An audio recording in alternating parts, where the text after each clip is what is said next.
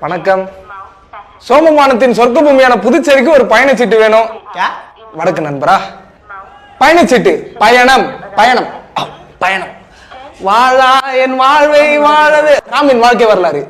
பயணம் சீட்டு.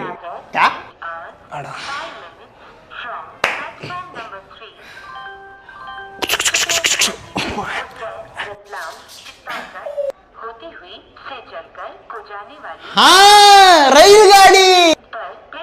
தொடர் வண்டி தொடர் வண்டி. பயணம் பயணம் பயணம் சீட்டு.